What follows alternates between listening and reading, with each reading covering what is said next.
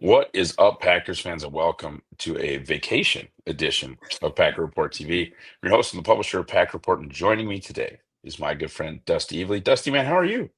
I'm doing great, brother. I'm doing very, very good. Had a lovely Christmas day with the family, trying to unwind from that a little bit. But yeah, still drinking in. I mean, just a ridiculously dominant Packers win, man. I'm doing great. How are you? I'm doing real well. Obviously, as I mentioned, traveling here in sunny Scottsdale, Arizona, getting ready for the Guaranteed Rate Bowl, as I told you before. So obviously, this guy's coming, 3 days after a Packers win, or we get it, but we still wanted to break it down, right? You Right. win 34-0. It's a difficult league. I try to impress that upon people when talking about my three things. Is people says as a JV team, you're missing this guy. All of that, full admission, right? That's how you get to be 14 and a half point favorites. But they're professionals, man. And no other NFL team had been shut out this year. 34-0 is a butt whooping of quite epic proportions. Breaking down some of the film. I'm gonna go first. I actually stole yours for the He sure we've did. been we've been pretty good about not landing on the same concept. And the reason we found out that I stole yours is because I had immediate questions about the coverage. And we're here, guys. If you're following along on NFL Pro or any other way that you get film, quarter two, 8 minutes and 44 seconds. This is a deep over by Tucker Kraft. I pointed it out on Twitter. Christian Watson. I talked about his gravitational pull. He basically brings three guys with him, and it's interesting coverage. We think someone screwed up. That's where we got to, Yeah. because you've got definitely a cloud zone type look from the corner on the top of the screen. You get a late rotation from one of the safeties. He's playing deep middle, but then you've got, you know, I would say a man on both Jaden Reed in motion and a man on Emmanuel Wilson.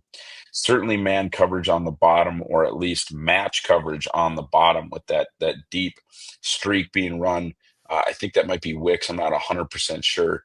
But what makes the sauce here is that the linebacker, probably Demario Davis, that we think, if this really is cover one or some sort of match coverage, should be on his horse attacking that over from Tucker Kraft. He gets a little bit scared by Christian Watson, and that's understandable with his speed. You got a free safety respecting Watson's speed. You've got, I think, a nickel back trailing him basically in man coverage, though certainly never getting to a point where Watson isn't open. In fact, if this ball could have been feathered over the corner, you've got a big chunk to Watson. But what the entire structure does is there's no one there for Kraft.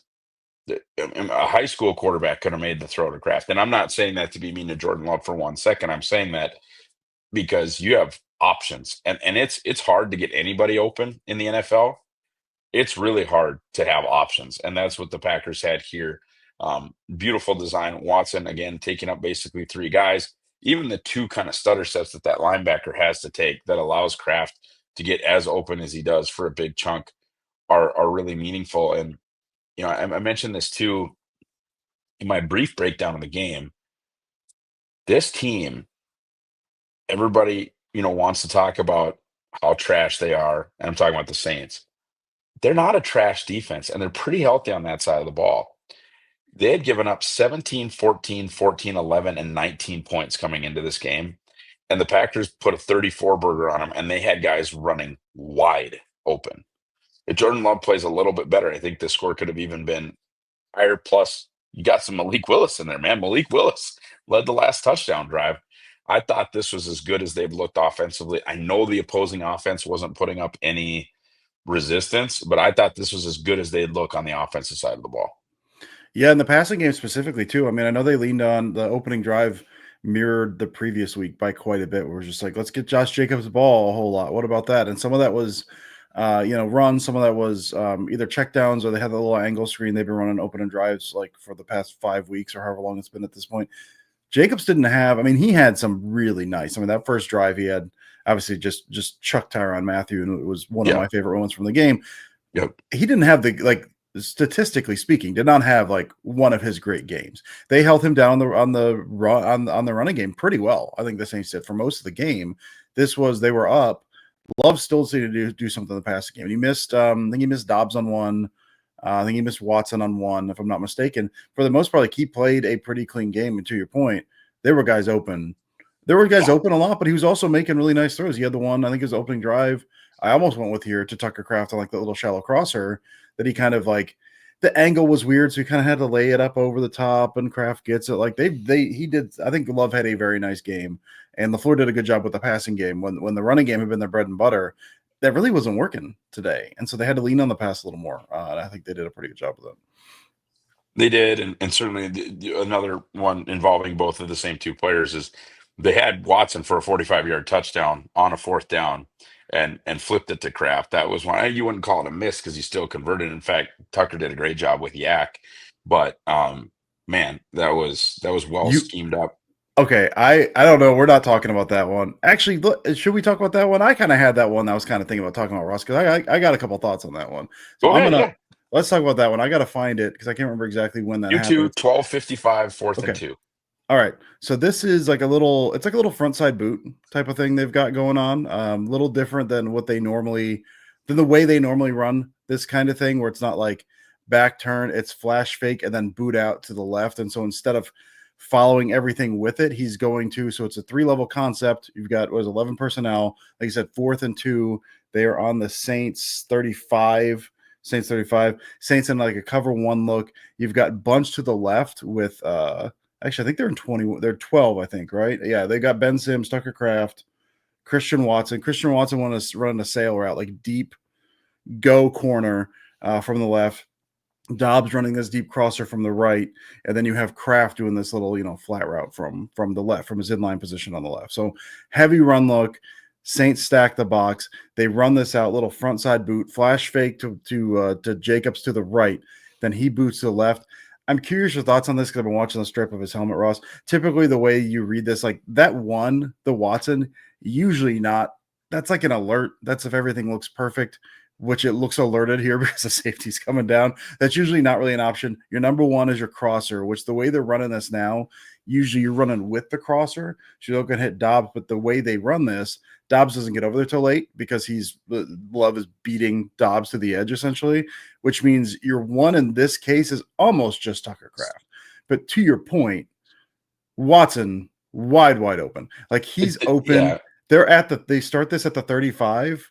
At the 25, he's throwing up the mailbox because that safety's crashed. It looks to me, and if you look at his helmet, so like you said, he flips to Kraft. Kraft picks up 21 yards. They get a 2-yard rushing touchdown from Jacobs 2 plays later, and that one makes it 14-0. It looks to me yeah. when I was watching this, like he's I got the think you're devil on right. his shoulder saying, "Chuck this." He's looking at Watson, isn't he? So we actually we taught this. To me, this is almost like a waggle concept, and we would actually teach it deep to short to middle. Your first read is the deep Right. one, and yeah, you mentioned the devil on the shoulder. I mean, he could have got it, and then they didn't, and it was fine. But that was when Well, we teach. Yeah, you've yep, got one of those. Like here, I think the reason it's almost like it's hard to tell because if he is looking middle, I will say Packers playbook for this one, that Watson's the alert. yeah, The actual one is Dobbs, but they usually don't run it this way. So I don't know. But sure. again, if you're looking alert and you're And I'm reading not that talking about the safety, Packers you've got playbook. it. I'm talking Right. about like how we taught Waggle when I coached, and yeah, I understand what you're saying for sure. But Defense, or go this ahead, looks like go a ahead. no. I was gonna say this like if you want to say alert, this is alerted. If you're peaking safety, Yeah, safety's crashing. So you could make a case that's one. I had a hard time seeing if he's waiting for Dobbs because he's got like 2 hitches. He yeah. wants to Watson throw it was so alerting it bad. himself. Watson was throwing up the alert. Defensively, you allow 0 points. Look, I get it, man. No Taysom Hill, no Derek Carr, no Alvin Kamara, no Chris Olave. I mean, they didn't even have MVS out there, man. Like it was, Mm-mm. it was rough. But what did you see on film when you watched Green Bay's defense? What did they do well? Another Edgerrin Cooper game, right? Not maybe NFC Defensive Player of the Week, but just like another. Oh man, he might be that dude. Like I tell you what, and I know it always sounds like I'm dumping on Quay, but if the Vikings signed Blake Cashman, and you can't go get Blake Cashman now, but if you could have a Blake Cashman type next to Edge Cooper, just a guy that's where he's supposed to be. This is going to sound really not football-y, but just like a 83 overall in Madden, Not a 95. I don't need Ray Lewis. I just need a guy who can be where he's supposed to be, get in the gap that he's supposed to get in, communicate with the other Yeah. guys, and just be solid next to Edgerrin Cooper, so that Edgerrin Cooper can go do crazy, crazy Edgerrin Cooper things. And I'm not saying they don't have that, but in this game they kind of did. Like that's what Eric Wilson provides when he plays the mic. It's just like, hey, I'm here. I'm a little undersized. I'm probably more of an outside linebacker, but I know this defense. I know where I'm supposed to be. I may not make a spectacular play, but I'm also going to make the plays I'm supposed to make. And boy, um, Adrian Cooper's special, man. What did you see when you watched the defensive tape?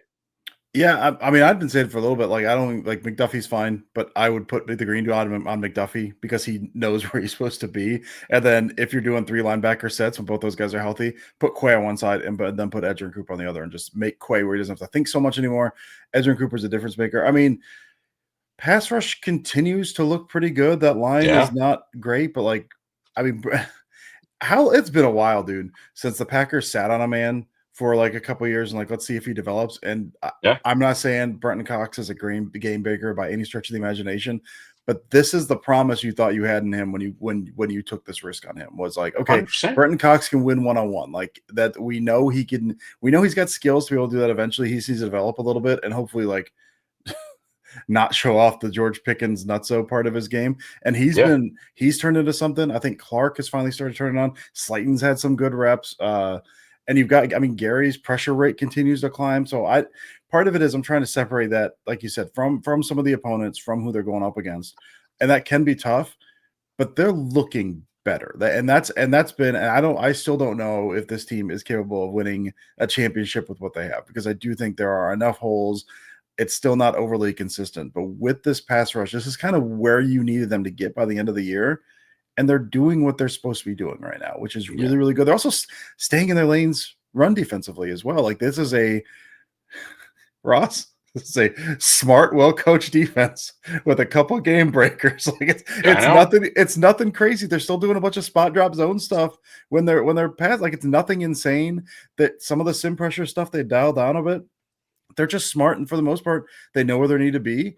McKinney's roaming the back end. Edge is just wrecking stuff up front, and they got a functional pass rush. It's nothing insane. They just are where they're supposed yeah. to be, which is not that shouldn't be like any kind of big step up. That's a huge step up where they are right It now. They look is. great. It is. And you talk about like a shopping list for the offseason. We're certainly still very invested in this season. But when I talk about like a mid-level linebacker, that's a pretty acquirable thing.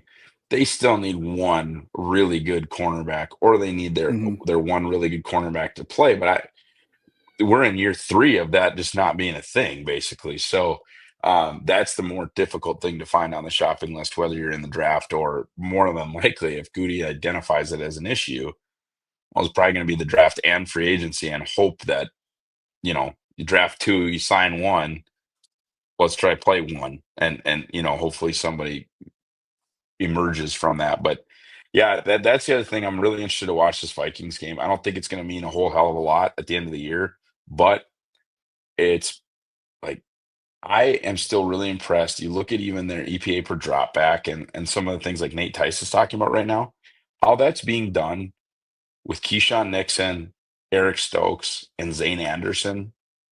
Like I feel okay about Carrington Valentine, and I obviously feel really, really good about Xavier McKinney. That's 3/5 of a secondary that I also believe doesn't have great support from their linebackers in coverage, that I'm just terrified of. And all of a sudden, it's a top 5 or 6 pass defense.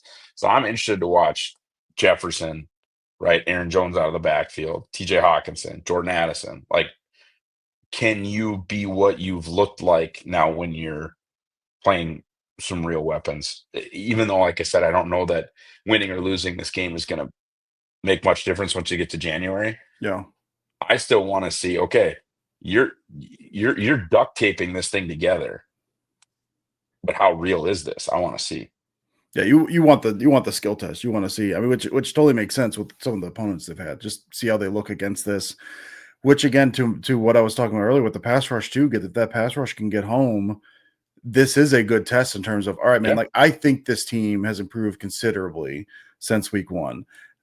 Win or lose, this has been a pretty good. Okay, have they? Can they show yeah. that against a quality team? Which I think they will, but I don't know, man. I'm really curious to see what that looks like this weekend. Yeah, and you even just go back and look at like and transitive property of football doesn't work, but see how much trouble Minnesota had with Seattle and how much trouble Green Bay didn't. Yeah, And you're yeah. like, okay, you beat a good team in Seattle. Were they any good? Well, they gave Minnesota a heck of a run, so maybe Seattle is decent. You start to have some of those conversations with yourself, like, I really want to see this against the Vikings. All right, man, that's all the time that I have. It's all the time that we have. Have a wonderful rest of your holiday weekend, folks, and go Pack Go. Go Pack Go.